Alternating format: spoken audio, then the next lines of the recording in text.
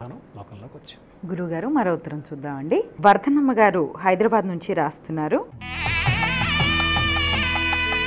సంకష్టహర చతుర్థి ఏ మాసంలో ప్రారంభిస్తే శుభప్రదం తెలియజేయగలరు అని అడుగుతున్నారు. సాధారణంగా ఈ సంకష్టహర చతుర్థి అనేది ప్రతి మాసంలోనూ వస్తుంది. మనకి వినాయక చవితి ఉంది. వినాయక చవితి భాద్రపద మాసంలో శుక్లపక్షంలో వచ్చే చవితి. కృష్ణపక్షంలో వచ్చే చవితి అది సంకష్టహర చతుర్థి. ప్రతి నెలలోనూ కృష్ణపక్షంలో వచ్చే చవితి, పూర్ణిమ తర్వాత వచ్చే ఏ చవితి చతుర్థి తిథి ఉందో అది సంకష్టహర చతుర్థి అని పెద్దలు నిర్ణయం చేశారు. అది ప్రతి మాసంలోనూ వస్తుంది. భాద్రపద మాసంలో ప్రధానంగా వినాయక చవితికి విశేషం ఉంది కాబట్టి ఈ సంకష్టహర చతుర్థి వ్రతాన్ని కూడా సర్వసాధారణంగా భాద్రపద మాసంలో ప్రారంభిస్తారు.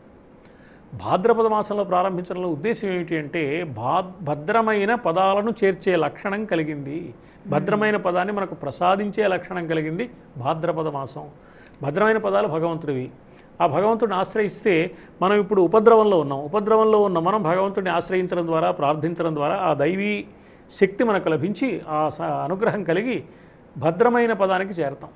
అందుకని భాద్రపదంలో సంకష్టహర చతుర్థి వ్రతాన్ని ప్రారంభించడం, అక్కడి నుంచి ప్రతి నెలా చేయడం అనేది ఒక ఆచారంగా లోకంలో స్థిరపడింది. గురుగారు మరో ఉత్తరం చూద్దామండి. విజయవాడ నుంచి సుస్మిత గారు రాస్తున్నారు. సంకష్టహర చతుర్థి మంగళవారం రోజున కలిసి వస్తే విశేషం ఏమిటి తెలియజేయగలరు అని అడుగుతున్నారు. మంగళవారానికి మరొక పేరుంది, జయవారము అని. అసలు మంగళ శబ్దంలోనే మంగళప్రదమైన అనే అర్థం ఉంది. మంగళప్రదమైన స్థితి కానీ, జయాన్ని పొందే స్థితి కానీ ఎప్పుడు వస్తుంది? కష్టాలు పోయినప్పుడే వస్తుంది. కష్టం ఉన్నంతకాలం ఇంకా మంగళమేముంది?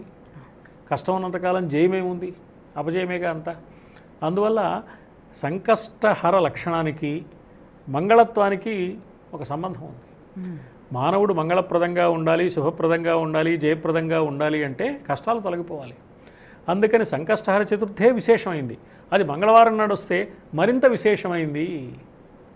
మంగళుడు అనే దైవాన్ని, నవగ్రహాల్లో మంగళుడు అనే గ్రహాన్ని ఆరాధించుకోవడానికి ఈ సంకష్టహర చతుర్థికి ప్రత్యేకించి సంబంధం లేకపోయినప్పటికీ మంగళత్వాన్ని ప్రసాదించే లక్షణం, జయం పొందడం అనే లక్షణం కష్టాలు తొలగిపోవడం ద్వారా వస్తుంది. కాబట్టి సంకష్టహర చతుర్థే విశేషం.